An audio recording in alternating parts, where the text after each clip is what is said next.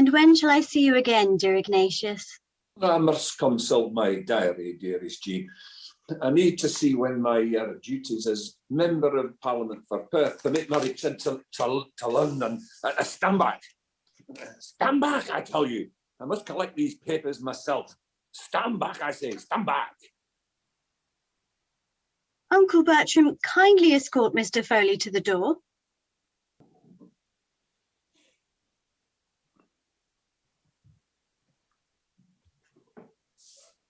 How very odd.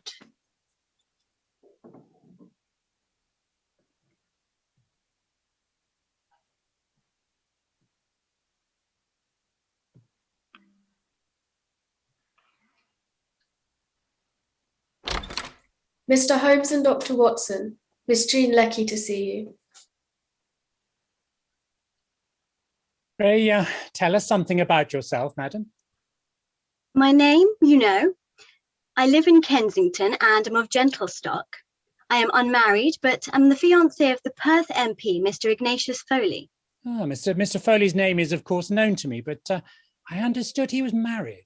Perhaps you could explain your association? Mr. Foley splits his time between his Perth constituency, where his wife lives, and his parliamentary duties in London. He is a man of means, as he had a legal practice before going into politics. His wife is consumptive, and her death is only a matter of time. Ignatius and I will marry once she is no more. Perhaps you find the relationship I've described a troubling one. I can assure you that relations between Ignatius and I are of conventual purity and will remain so until it reaches its natural end. I am always chaperoned in his company, as was the case yesterday morning when the matter I would like to discuss occurred. Pray continue. Well, when Ignatius got out his diary to plan our next meeting, a heap of papers fell out of his pocket. He was very abrupt and insisted on picking them all up himself before leaving in a huff. When he had gone, I noticed that he failed to retrieve one document. And what was the document? It was a rental invoice for a property in London. Well, what's so unusual about that? I imagine your fiancé must rent a flat for when he's in London on parliamentary duty. It was not made out to him. It was addressed to a Mr. James Turnavine for a flat at Denby Row in Fitzrovia. Now, Turnavine is the Conservative member for Whitstable, whereas Mr. Foley is of the governing Liberal Party and has a flat in the Albany. Therefore, the invoice was made out to a person from a different member of Parliament, from a different governing party, from a different part of the country, and a different part of London. Yes, but you said your fiancé is a man of means. Could he have bought a property and rented it out to another member of Parliament? That was, of course, Mr. Holmes, the first explanation that came to mind. However, the invoice is from Fitzrovia Estates, and my research yesterday shows that that is a company belonging to the Duke of Grafton. You seem to have a remarkable talent for investigative research. What are your next steps to be? Well, I really came here to hear a proposal from you rather than to propose a course of action myself. Well, then, dear madam, I would suggest you return home and I will consider the matter. Please come back immediately if more material comes to light.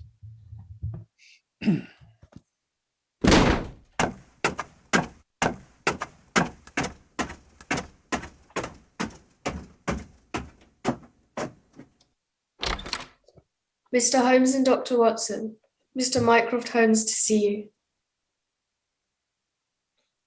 Good day, good brother, and to you too, Dr. Watson. Dear Sherlock, I have a most important commission for you, as I am the chief advisor to the Prime Minister. I will accompany you to Victoria Station, where we'll meet a representative of the Bulgarian secret police. There's a train to Dover at noon, and you will be in the Bulgarian capital tomorrow evening. Dr. Watson, I fear that the Bulgarian authorities are most insistent that only my brother should attend to this case. Very well, good brother. I know your importance in British government circles and I will do what I can to serve my country. As will I, dear brother, as will I.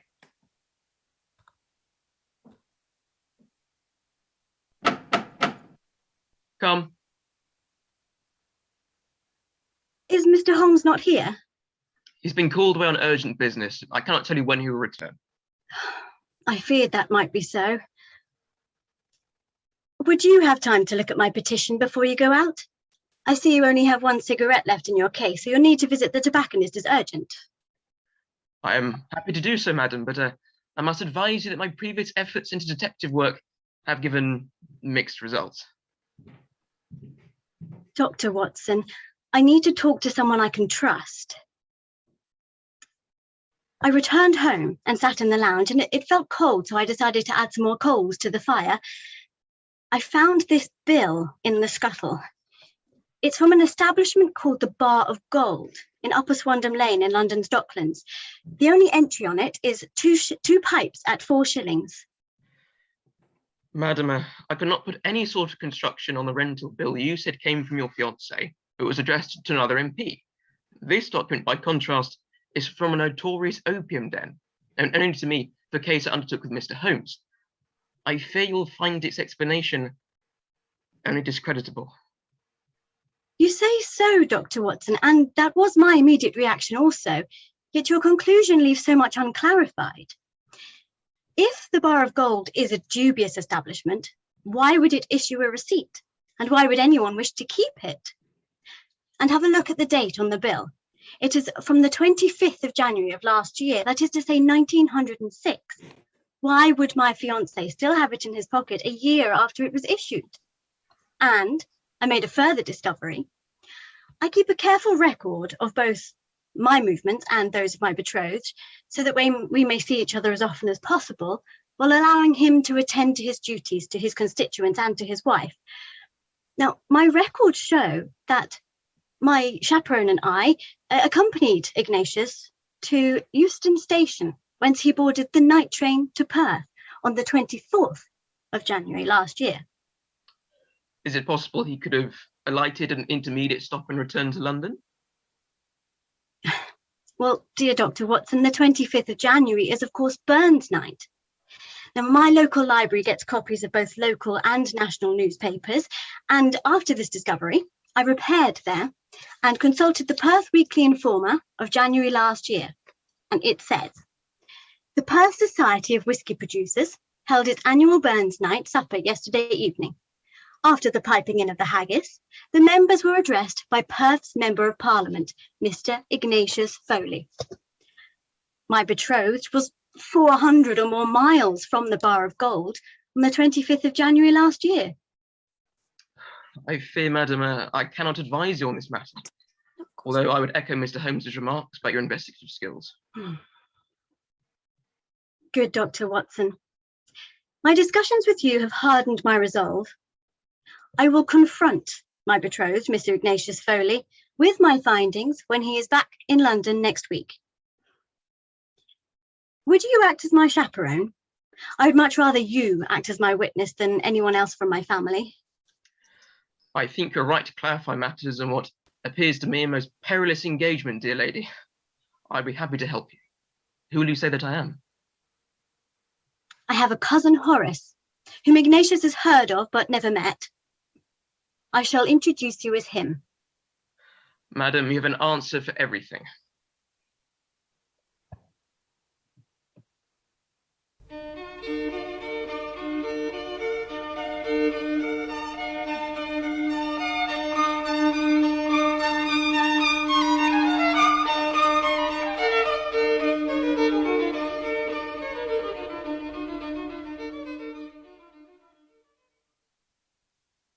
And Miss Jean, how would you like at some point in the future to be Lady Foley?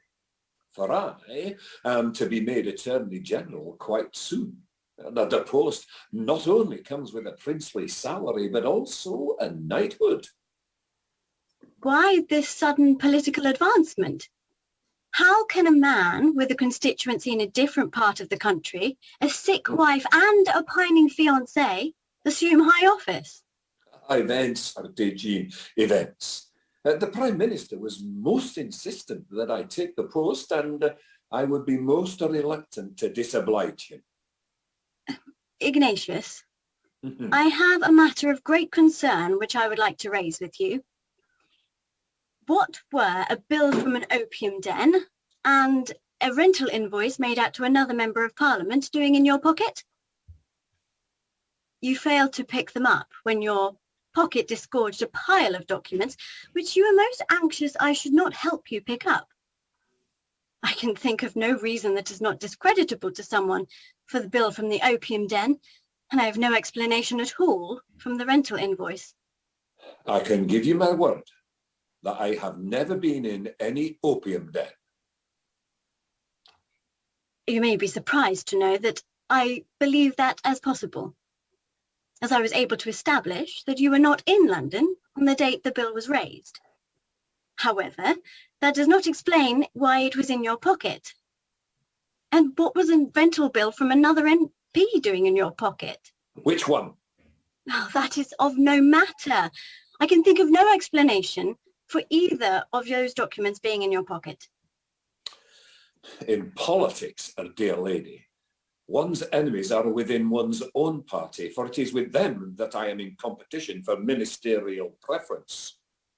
Accordingly, I am in regular, though not frequent, contact with members of other parties. But that hardly explains why you would have a document personal to another member of Parliament. Does this flirtation with a member from another political party have anything to do with your political advancement? How could my dealings with a member of another party win me favour with the Prime Minister? It is I who must ask the questions. It is I who is sacrificing her youth so that we may marry when you are free. You have already had a life with another, and I am hoping to have one with you, and have forsworn all others to do so. What, I repeat, have these documents to do with your sudden political advancement? I must refer you to my previous answers to your questions. I will have to consider our position. I had hoped that you would have an answer that would put my concerns to rest, but you have not. Our relations are more moment than a mere flirtation between a man old enough to know better and a girl who, alas, does not. I will write if I wish to see you again. Cousin Horace, please escort Mr. Foley to the door.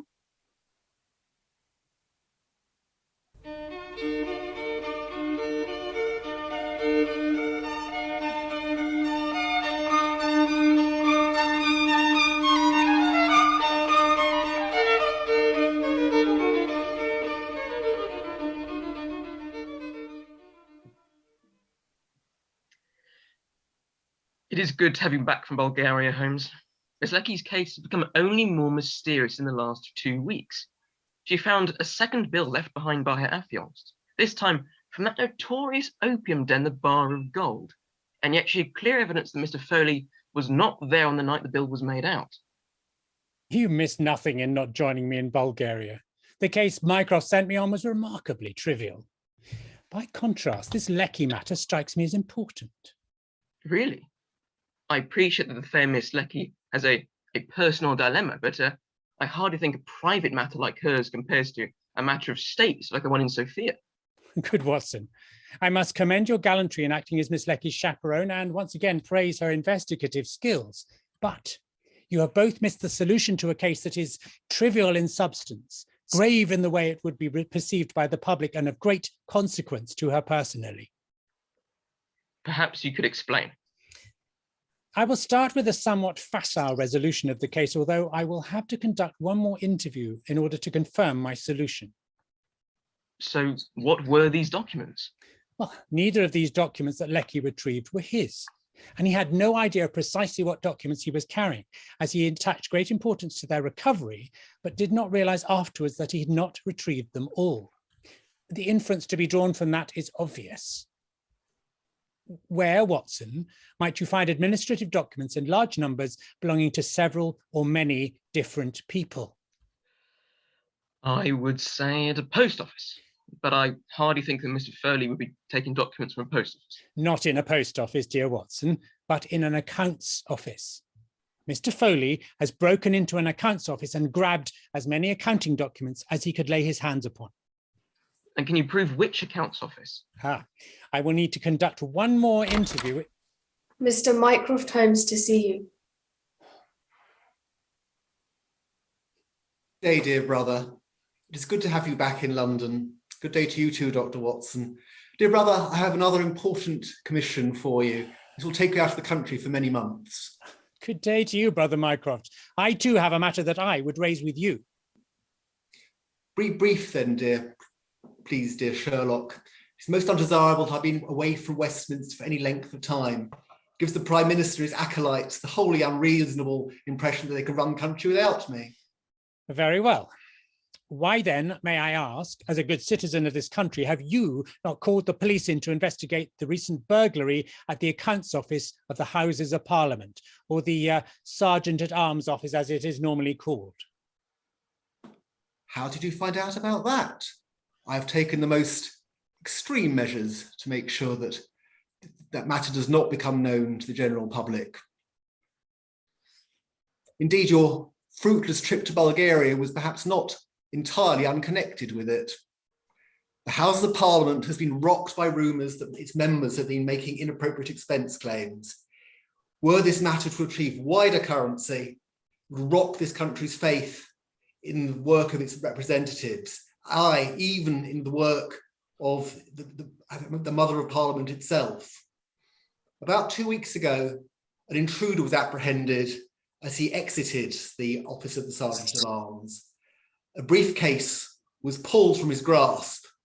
When I heard of the matter, I had the briefcase brought before me and made sure that I was the only person present when it was opened. I prized it open and found it contained expense claims from all members of Parliament from N to T for the last 2 years. And what were the claims for? Well, for the most outlandish things. One member had claimed to have a swimming pool built in his garden. Another had turrets added to his house. And a third had claimed on an invoice on an establishment, the nature of which I could not possibly disclose to you. And to whom did you report the burglary, if not the police? Well, naturally, I reported the matter to the Prime Minister. And how did the Prime Minister react?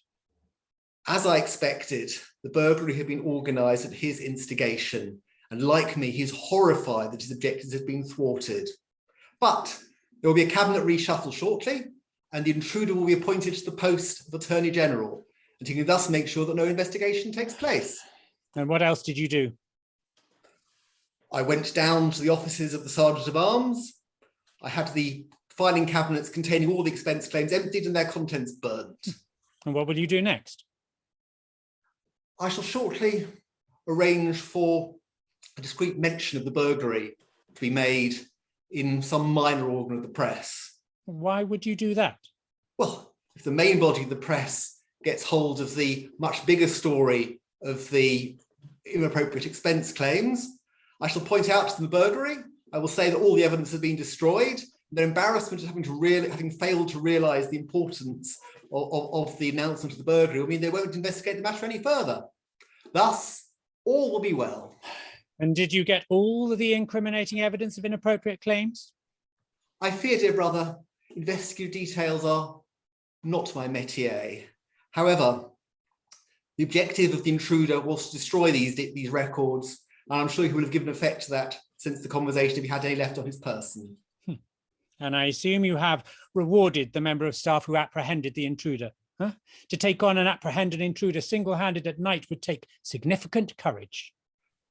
Regrettably, dear brother, a separate and wholly detailed investigation into timesheets by the Parliament security staff has revealed some regrettable lapses in the accuracy of record keeping. The sentries involved have been told that no further action will be taken for the moment, but that decision can be reversed at any time at my discretion. And now, dear brother, for the matter at hand.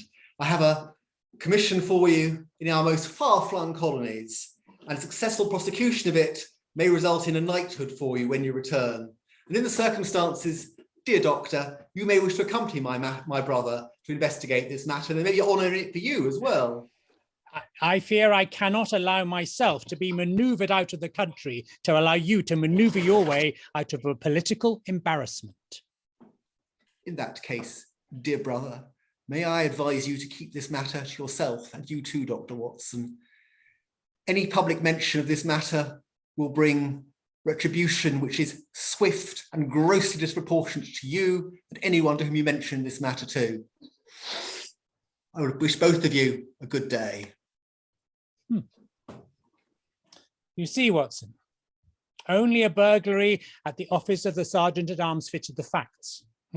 Only an accounts office would hold personal invoices from a number of different people. And only one located in the Houses of Parliament would hold invoices from politicians. And only a burglary would explain how Mr. Foley could be in possession of such personal documents which clearly did not relate to him. And the only value of those documents was that the bearer of them could claim expenses on them. And only an attempt to cover up a scandal would explain why no news of the break-in had leaked out. So why would an establishment such as the Bar of Gold issue a receipt to someone who patronised it? Because the Member of Parliament who frequented it asked for one. And being a Member of Parliament is very far from being a full-time occupation. So our representatives often have second jobs and seek diversions to combat their ennui.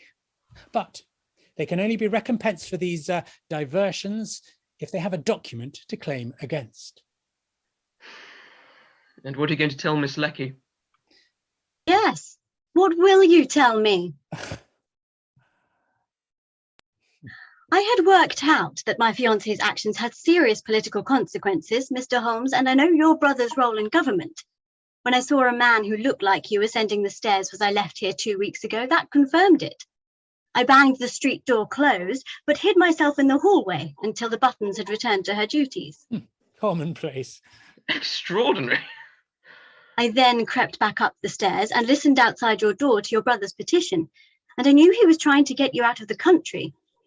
I watched every boat train at Victoria, and when I saw you descend from the boat train this morning, I sprang into a hansom and beat you back to Baker Street. On my arrival, I was asked to wait downstairs as you were not in, and Dr. Watson had not yet risen from his slumbers. But when breakfast was laid out for Dr. Watson, it seemed an obvious step to conceal myself here. You are a remarkable woman, but you are in great danger. Although he did not divulge the intruder's identity to us, Mycroft will be able to identify who the intruder's antecedents are. And he is almost bound to want to investigate how I got to know about this matter. You heard what threats he issued against me. What do you think he might do to you? Are you suggesting I need some form of protection? I'm sure I'm perfectly capable of looking after myself. I have no doubt that you are more than equal to most threats, but here, all the forces of the state will be arraigned against you. I do indeed believe you will need someone of courage and dedication to protect you. I'd be most happy to offer my services. Good Dr. Watson. I greatly admire your behaviour towards me. I can think of no one whom I would rather have protect me from peril. Madam, your choice is an excellent one. I can think of no one better suited to protect you than my good friend, Dr. Watson. Very well then. What Sherlock Holmes has brought together, let no man put asunder.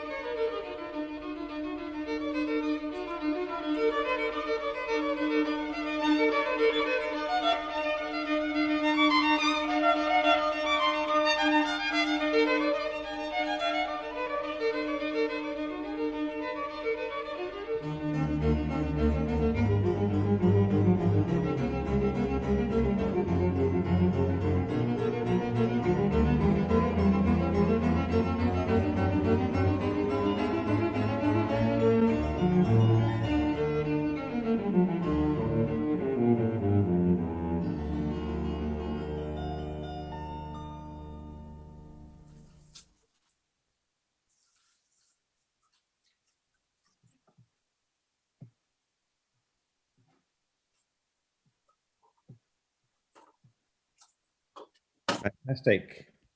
Now we can go to the cast Q&A. That was wonderful, guys. Thank you. Very, very Thank you very smooth much. transitions. Excellent. For those that are on the line, a couple of things. Firstly, if you haven't told us in the chat window which city and country you're from, please do that, and that will be wonderful. And we have a Q&A window.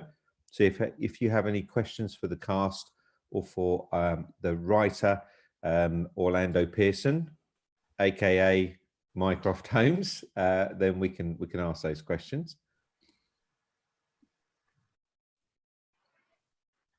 Thank you very much for the nice comments coming into the chat window, by the way. Thank you, guys. So maybe if we can start with, we'll start with Sherlock. So Sherlock, this is one of those stories where you disappear off and leave Watson to it, a bit like the Hound of the Baskervilles, I guess. How did you feel leaving him back at Baker Street to sort things out? I think I can always trust my good friend, Dr. Watson, to look after things while I'm not around. I think I get the feeling that Sherlock Holmes likes to be involved in everything, but he does feel that he can trust Dr. Watson. I'm sure Orlando would have more educated view on that subject than me. Yeah, Holmes is often impatient with Watson, but there is a deep bond of friendship and a trust. And in one of the very last stories, called The Three Gary Debs, Watson is shot by the criminal who they're investigating. And he only gets a flesh wound.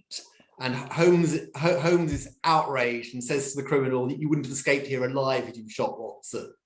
And it's a very touching moment. There are not that many touching moments between the two, but that one really is. And I think there is a deep element of trust. In another story, I've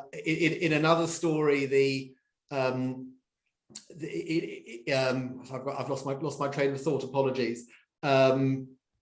He refers to Watson as being his only friend. So there's a ring on the door downstairs. We seem to have a few of those. This evening.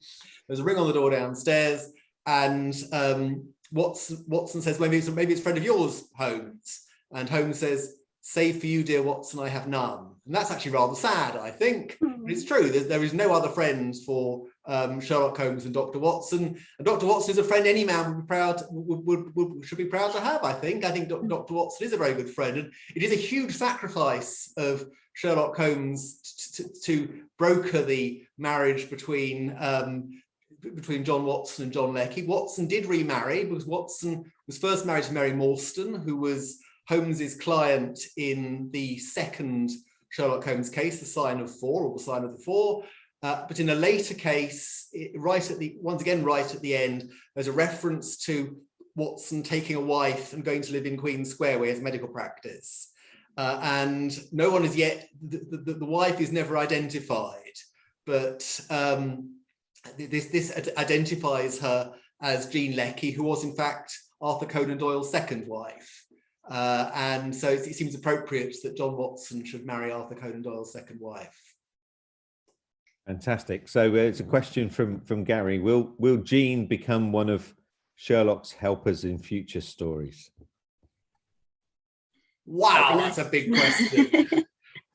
I will have to think about it. At the moment, I'm writing a story about Sherlock Holmes and the labelling of whiskey bottles.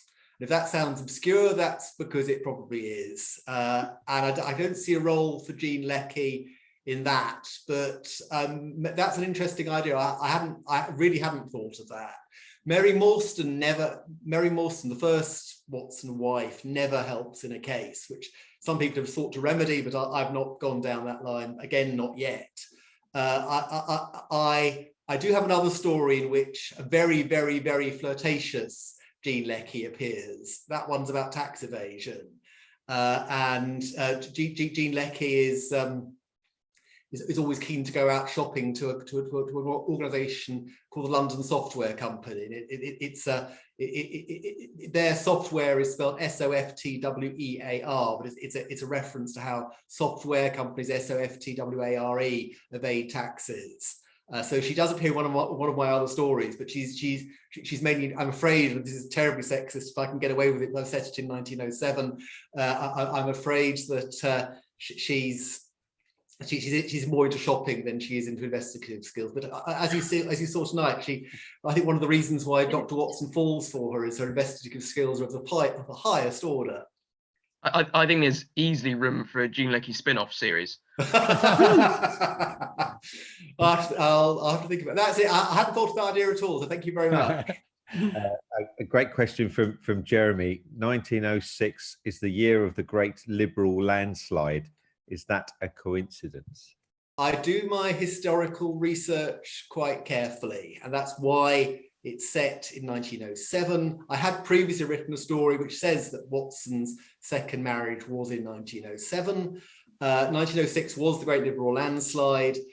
I think it's the last time the Liberals were in government on their own. Obviously, they've been in various governments as coalition partners since then. I think that was Jeremy, who I know he knows his history better than I do, will confirm or deny that. But I did deliberately choose that date of 1907. I did deliberately make it a Liberal MP.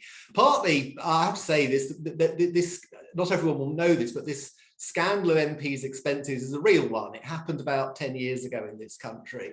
And I live in southwest London. My MP is a Liberal called Ed Davey. He was one of the very few who behaved themselves properly. He doesn't even, when he drives around the constituents, he doesn't even claim petrol, which I think he should.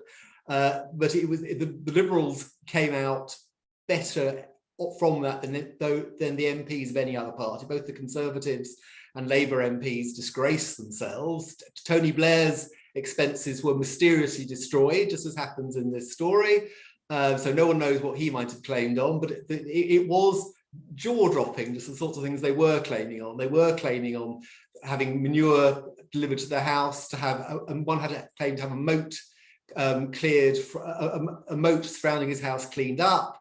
And it showed that if people can get away with things, they probably will. And I think that's one of the lessons of history.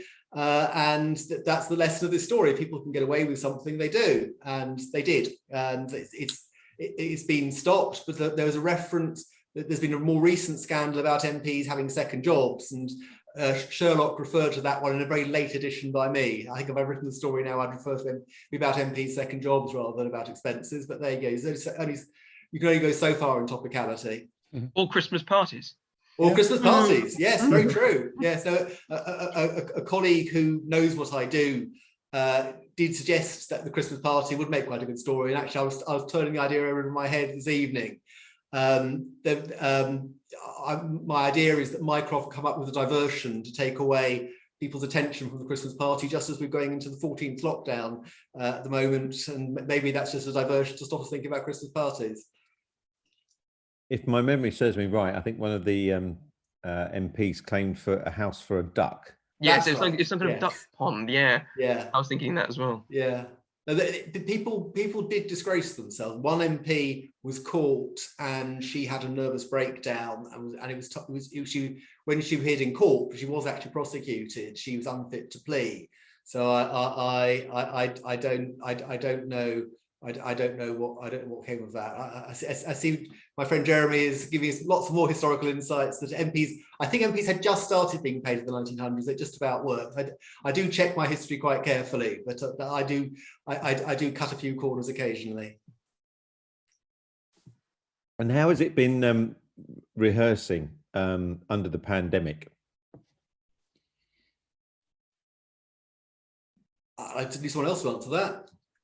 Well, we've got quite used to doing this now. We've been doing this for over a year, so we're very same used play. Yeah, yes, we've done 3, haven't we? Yeah. This is my first one. It is Claire's your first first one. one. And we just meet once a week, normally on Monday evening. And Online.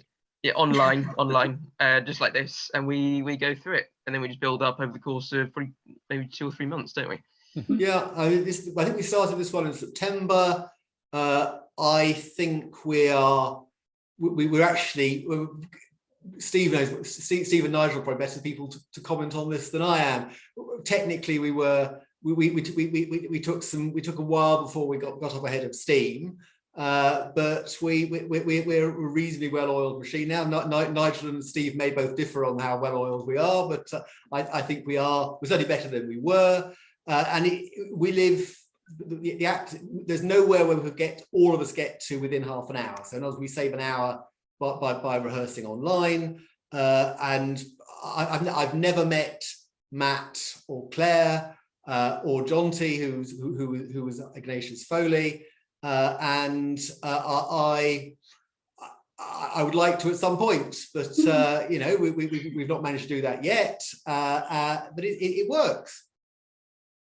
And can I just to say a quick thank you to Nigel in the background, who keeps everything ticking along so smoothly. Yeah, yes. Who's not getting any of the glory at the moment, but he's there, and we couldn't do it without him. So thank you, Nigel. Absolutely, that's spot on. Nigel was saying to me when we first looked at this play, he thought there'd be no great technical involvement, but I don't know if anyone realised that Ignatius Foley hasn't actually joined us this evening. Two of the scenes were shot in advance with Ignatius Foley and Jean Leckie and everything, and Nigel did all the necessary cutting to get it to run seamlessly. It didn't run seamlessly just before we came on air, but it ran seamlessly through the performance. Apart from doorbells, I think it was flawless. So hats off to Nigel, I have to say. Fantastic. The biggest difficulty is getting these guys to because everybody controls their own camera, and when they appear, the choreography of the scene changes can get tricky. But of course, if you're recording it, you can edit it. So that, yeah, in some ways, it might be easier if we recorded everything. But we do. We like to do it live. There's a buzz but about doing it live, Yes, is that thrilling? Yeah. the bit of adrenaline. Yeah. I did run past the idea of just presenting a finished work, and I you know, it's only a question, and I got a very clear answer, which is good. But that bit at the beginning did make me think, yes, we need a holding page. Yeah, we need title page that I'd never thought of before, because we've never needed to do that, but we'll do it next time. And for the next time, John is asking the question, do you plan to produce more plays, Orlando? Well, it has to be agreed with the other cast members. This one is a very current story. The next one I've got in mind is set 2,500 years ago. You may argue that Sherlock Holmes wasn't around 2,500 years ago. It will be the first new Greek tragedy for 2,500 years. It will be it will be a longer work than this one, and we'll have to see what people are doing. So, but I hope so. I've thoroughly enjoyed doing this. I hope my fellow cast members and Nigel and you, Steve, have enjoyed. We get an audience each time. It's been lovely. I think in lockdown we need something. We need something. Well, some MPs seem to go to opium dens in order to combat their ennui. But I think we're all a bit ennui filled at the moment. So it'd be lovely to do another one. I think if you'd said 3 or 4 years ago to me that we would have had a dozen or so theatre performances and interviews and all sorts of things with fans from, I think we're in total now nearly 40 countries around the world have joined to these different performances under the lockdown. I would have said you have been smoking something from one of them. It's been really fantastic. What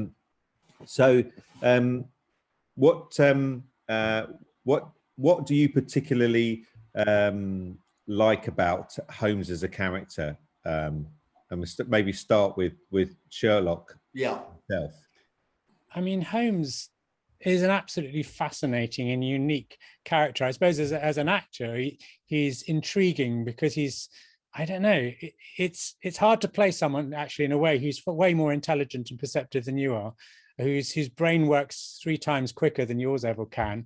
And I suppose also there have been so many different portrayals, and each of them, or put another way, none of them are exactly the same. And as someone, and I'll put my hand up and admit that someone who's barely read a Sherlock Holmes book, but all my knowledge is from film and TV, my knowledge is different portrayals by different actors. So for me, I can only speak as someone who feels privileged to be able to kind of help recreate that character in a different guise. That doesn't fully answer your question, but that would be my point of view. And I've got a question for you. Do you feel that you, which actors do you think influenced your version, if any? I don't think I suppose maybe sort of Jeremy Bratt maybe, but I suppose no, I try not to. I try to kind of look at the script and take it at face value and think what kind of character is coming through the script. Like, you know, I don't need to tell you guys, but as actors, that's what you try and do, right? You know, rather than go back to previous iterations and think, which one do I want to be like? That doesn't really the way you build a character. No, as if for me, my Watson is in the one that I've grown up watching is Martin Freeman. You know, for my kind of generation, I suppose he is Watson, as Benedict Cumberbatch is Sherlock for me. But obviously, I'm a very different age to Martin Freeman, despite the moustache. So I have to do Watson in a slightly different way, and that's what I wanted to do. I wanted to do my own take on what Watson could be in this time period compared to what he's like in 2010, as I'm used to seeing him. And I was going to say, and Claire obviously has the opportunity to play a character who isn't known, so you can create it yourself, can't you? Indeed. and Claire, there's an increasing number of adaptations that are portraying strong female characters. The BBC Sherlock had very strong Irene Adler, and as did the Robert Downey Jr. movies as well. This must have been a lot of fun to bring a character in that's outfoxed Holmes and Watson in the scenes. Yeah, it was fun actually, and looking at the real Jean Leckie, she's just as intelligent and passionate as this one that I created. So, well, as Orlando created, really. So yeah, it's been great fun. A challenge, but fun. And I'm sure everybody's wondering. We know that Orlando's relatively new to the acting game. I think you started under the pandemic, didn't you, Orlando, in terms of your acting career? Sherlock, Watson, and Leckie, have you guys trod the boards before? Yes. Many times.